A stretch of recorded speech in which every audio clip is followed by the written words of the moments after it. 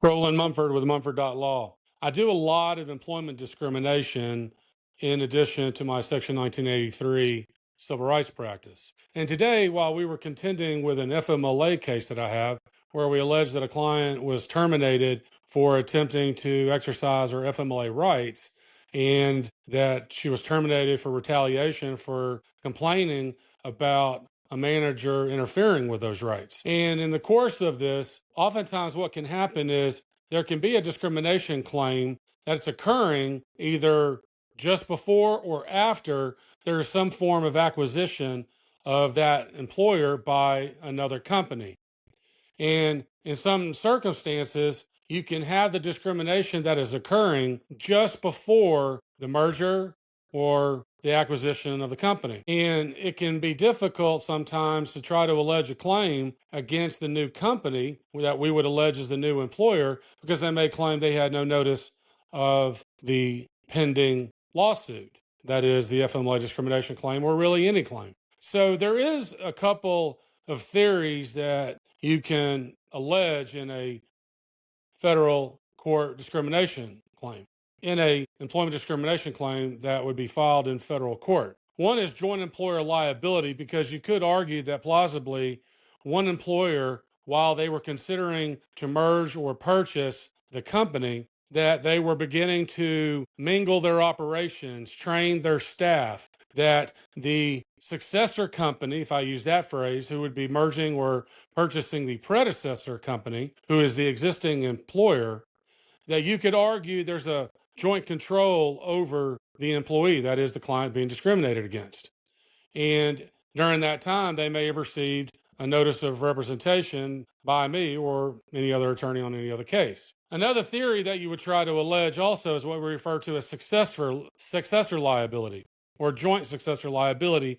The two terms are often intermingled. Successor liability refers to the legal doctrine under which a company that takes over another through, again, merger or acquisition may be held liable for the predecessor's liabilities, including obligations related to employment discrimination or other employment-related claims. Now, when successor liability applies in employment discrimination cases, when does it apply?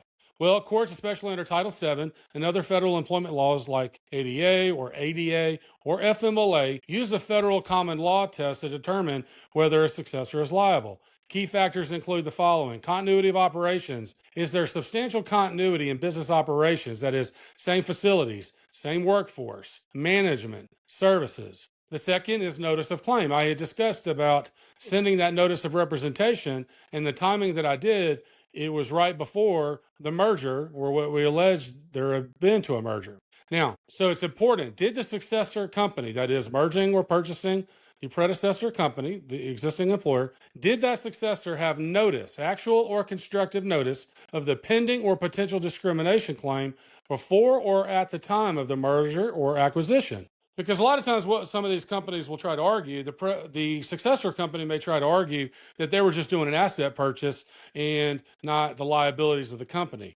But usually through a merger, we would argue that you are assuming the assets and the liabilities. And if you're purchasing the company outright, you're surely procuring the assets and the liabilities. Now, the other factor that we have to consider is, can the successor company provide the remedy sought, that is back pay and reinstatement? Because we may allege that the predecessor company or the existing employer at the time of the discrimination doesn't have the assets to satisfy a judgment, particularly in a very strange situation where you may have the predecessor company that may still have an active registration with a particular state Secretary of State, which is where companies file their registrations when they form entities. And so sometimes you're in the gray area, whether there was an acquisition or merger, et cetera. We contend, obviously, in our case, that there was a merger or some form of acquisition because of the facts demonstrated. And again, as I discussed, the predecessor's inability to provide relief if the predecessor is defunct or otherwise unable to satisfy that judgment. And so there's some key cases. One was in the EEOC versus Macmillan Containers. It was a Sixth Circuit case. The court laid out the framework for successor liability in employment discrimination cases. It held that successor liability could apply if the balance of the equity supports holding the successor liable, especially when the employees would otherwise lose their right to relief. Now, It is important in an FMLA case like I was working on tonight, which is why I did all this research. Well, why not make a video out of it? Obviously, the Family and Medical Leave Act allows employees to sue employers who violate the FMLA. The Family and Medical Leave Act allows employees to sue their employers who violate their FMLA rights, such as interfering with leave or retaliating against an employer for taking it. Under certain conditions, a successor employee can be held liable for the violations of the original employer, as I refer to the predecessor employer or company. And now the legal basis is very important. The FMLA's regulations explicitly recognize successor liability in the statute.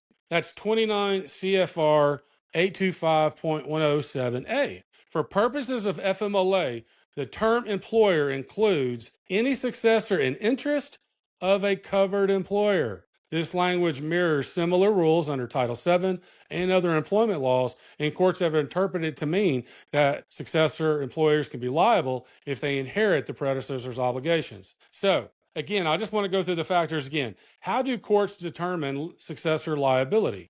Well, courts, again, apply that multi-factor test, similar to Title VII cases, to determine whether a successor in interest is liable under the FMLA. These factors include, again, substantial continuity of business operations, use of the same workforce, similarity in jobs and working conditions, same facilities and equipment, same supervisors or management.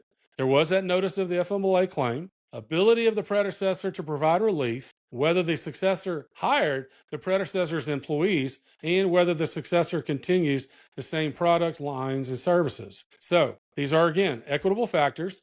No single one factor is controlling.